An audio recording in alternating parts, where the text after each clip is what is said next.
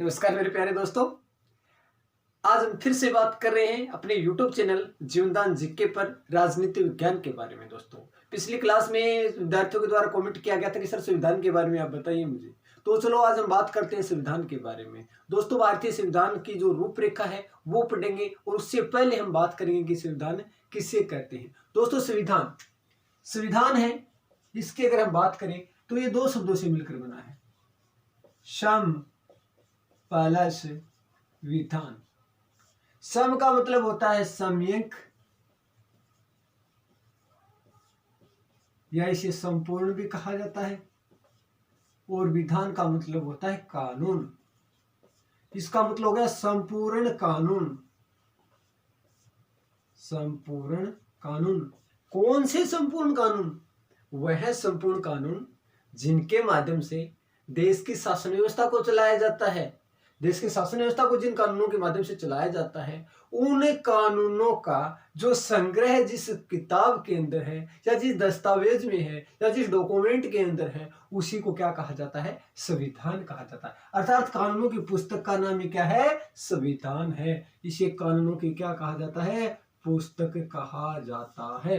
तो दोस्तों, भारत में शासन व्यवस्था चलाने के लिए जो एक कानूनों की पुस्तक है अर्थात संविधान है, इसको कहां से प्राप्त किया हमने?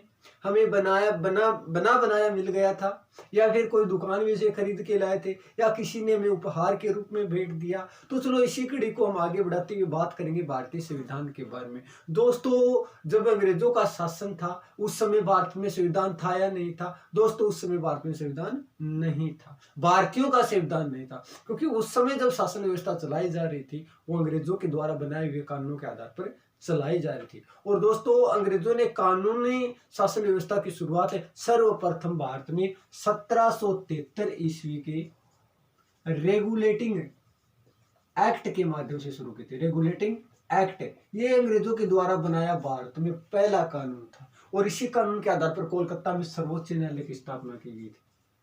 सर्वोच्च न्यायालय।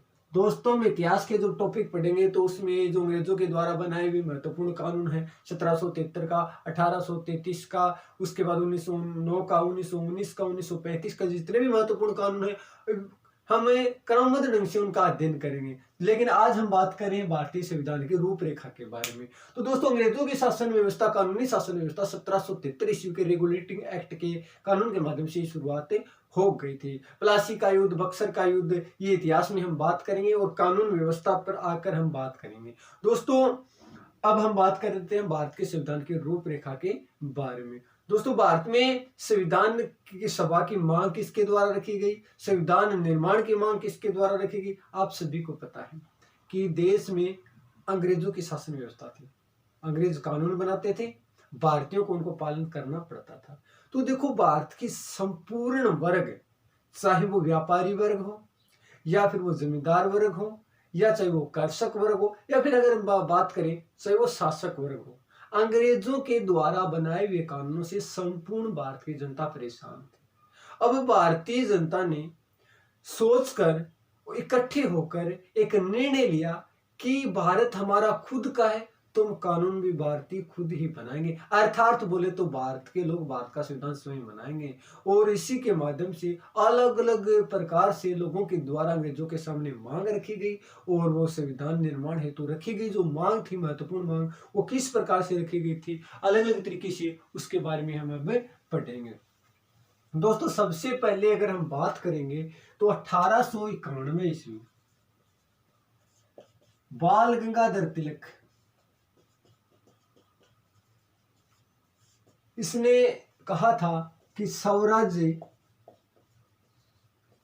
मेरा जन्मसिद्ध अधिकार है,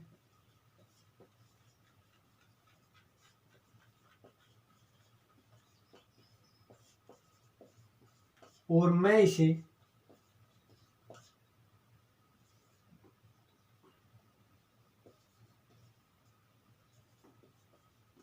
लेकर रहूंगा।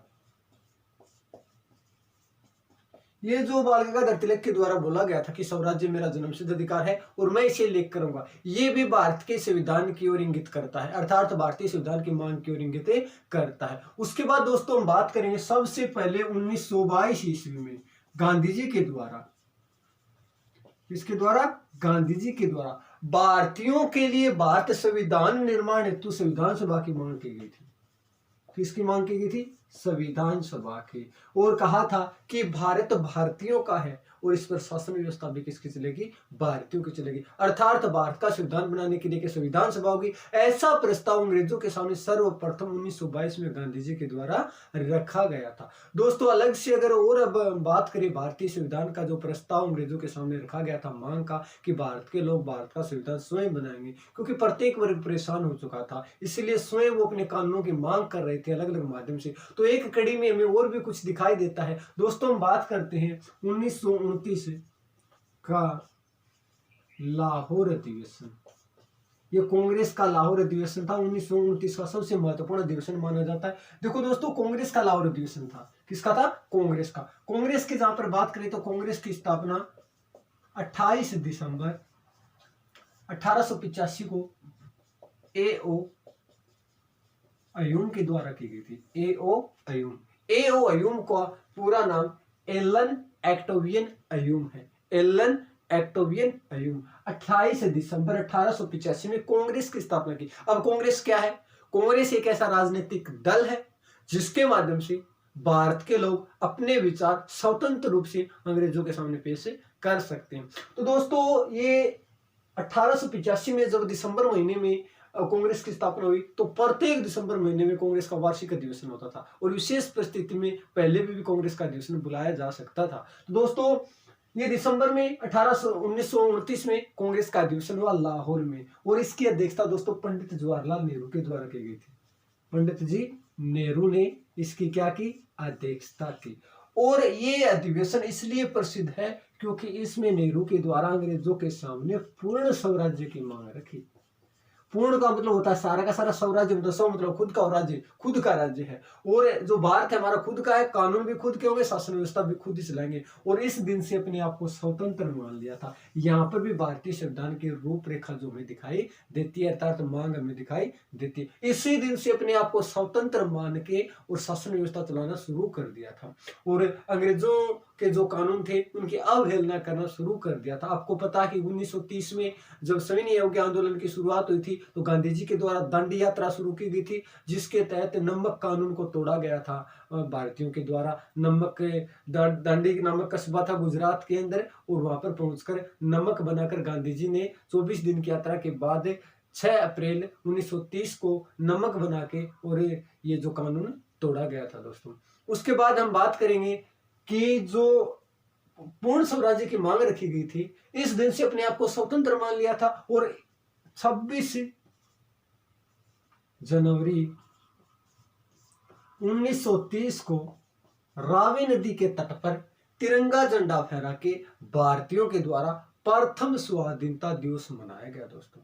रावी नदी के तट पर 26 जनवरी 1930 को तिरंगा झंडा फहरा के और भारतीयों ने अपने आप को प्रथम स्वाधीनता दिवस मना लिया। क्यों? क्योंकि इसी दिन से तो अपने आप को स्वतंत्र मान लिया था, हम स्वतंत्र हैं, अंग्रेजों के द्वारा बनाए हुए कानूनों का पालन नहीं करेंगे। तो एक प्रकार से यहाँ भी भारतीय संविधान की मांग दिखाई देती है। देखो दोस्तों अलग अलग माध्यम से बात करें कैसे, क्योंकि 1891 में बाल गंगाधर तिलक के बारे में पढ़ा, 1922 में महात्मा गांधी के बारे में पढ़ा, 1929 में पंडित जवाहरलाल नेहरू के द्वारा एक प्रकार से संविधान की मांग है। तो देखो अलग अलग माध्यम से, अलग अलग आंदोलनों के माध्यम से, अलग अलग सभाओं के माध्यम से अंग्रेजों के सामने संविधान निर्माण हेतु मांग रखी गई है। लेकिन आखिरकार अंग्रेजों ने भारतीय संविधान की मांग को कब स्वीकार किया? इंपॉर्टेंट प्रश्न दोस्तों यहाँ पर यह बन के आता है। तो अब हम बात करते हैं कि आखिरकार अंग्रेजों ने भारतीय संविधान निर्माण की मांग को कब स्वीकार किया था। दोस्तों बात करें 1940 की, 1940 में अगस्त प्रस्ताव पारित किया गया। कौन सा प्रस्ताव पारित किया गया अंग्रेजों के द्वारा? अगस्त प्रस्ताव पारित किया गया था और इसमें सर्वप्रथम अंग्रेजों ने भारतीय संविधान की मांग को स्वीकार कर लिया।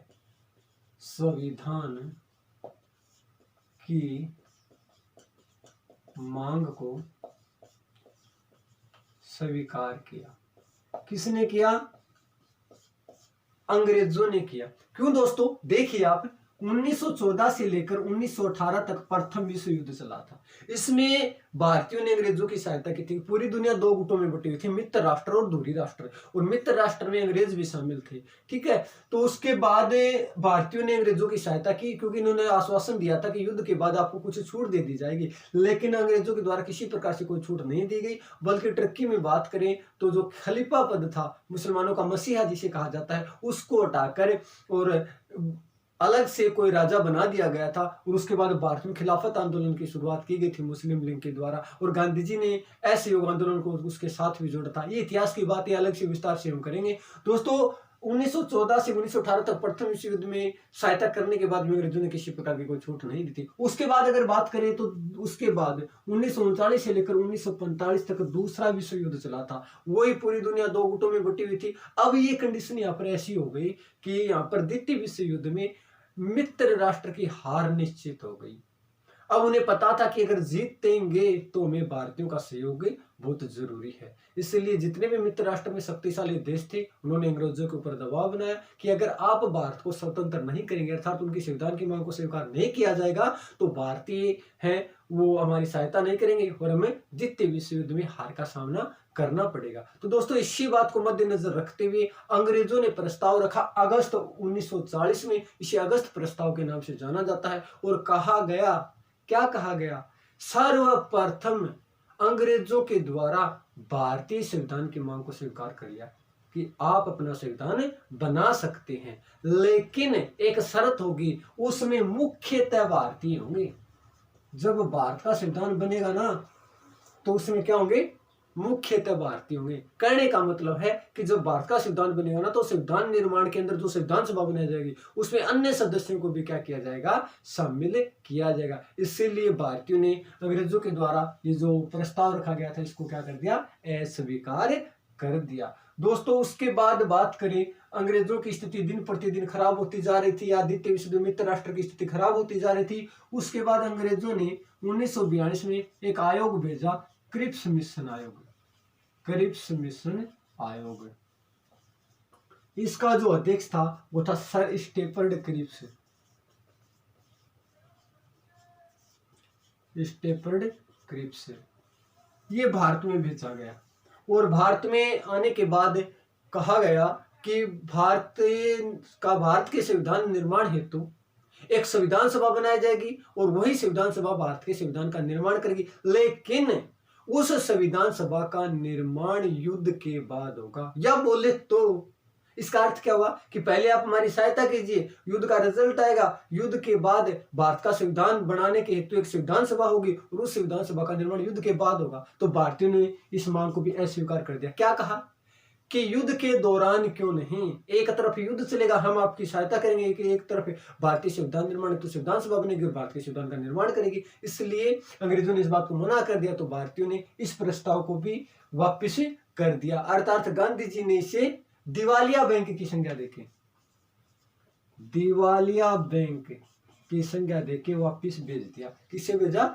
क्रिप्स प्रस्ताव को वापस भेज दिया। लेकिन उसके बाद अगर बात करें, भारत 1942 में भारत छोड़ो आंदोलन गांधी जी के द्वारा शुरू किया गया था, और पीछे से भारत के जितने भी महत्वपूर्ण जो विद्वान थे, उनके वार्तालाप के बाद अंग्रेजों का सहयोग किया, भारतीयों ने मित्र राष्ट्र का सहयोग किया।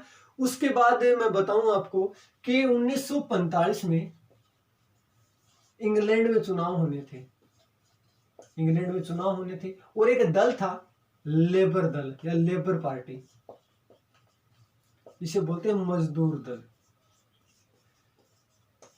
इसका जो है छवि कुछ अलग ही दिखाई दे रही थी, क्योंकि चुनाव से पहले ही पता चल जाता है कि किसकी सरकार बनने वाले। जिस प्रकार से पीछे में पता चल गया था कि अब दोबारा से मोदी जी की सरकार बनेगी, उसी प्रकार से ये जो दल था, ये वहां पर भावी रूप दिखाई दे रहा था इसका कि मजदूर दल की सरकार बनेगी। और 1945 में द्वितीय विश्व युद्ध का परिणाम आता है, मित्र राष्ट्र की जीत होती है, और इसी के साथ यहाँ पर लेबर पार्टी की सरकार बनती है, और एक प्रधानमंत्री बनता है जिसका नाम है एटली।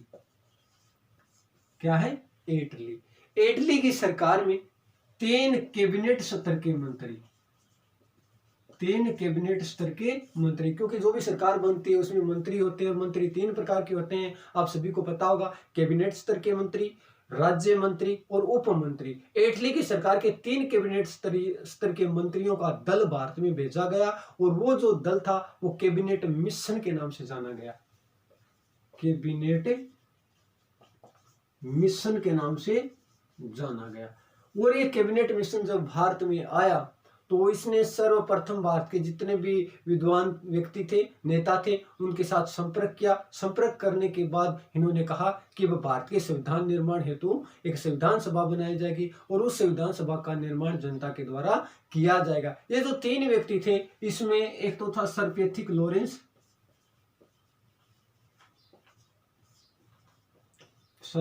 लॉरेंस, उसके बाद एवी अलेक्जेंडर,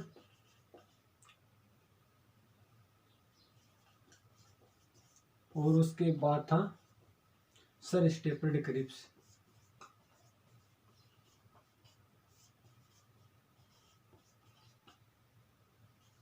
ये 3 व्यक्तियों का जो दल था, कैबिनेट स्तर के मंत्री थे, इन्हें भारत भेजा गया और इन्होंने कहा कि वह भारत के संविधान निर्माण हेतु संविधान सभा बनाई जाएगी और वही संविधान सभा भारत के संविधान का निर्माण करेगी और उस संविधान सभा का निर्माण जनता के द्वारा प्रत्यक्ष या अप्रत्यक्ष तरीके से किया जाएगा। तो दोस्तों, अगली जो क्लास होगी हमारी, उसमें हम बात करेंगे भारतीय संविधान निर्माण हेतु बनाई गई संविधान सभा के बारे में, अर्थात उस संविधान सभा में कितने सदस्य थे, कैसे चुने गए थे, कहां से कितने सदस्य लिए गए थे और उनकी बैठकों के बारे में दोस्तों, आपको ये क्लास कैसी लगी?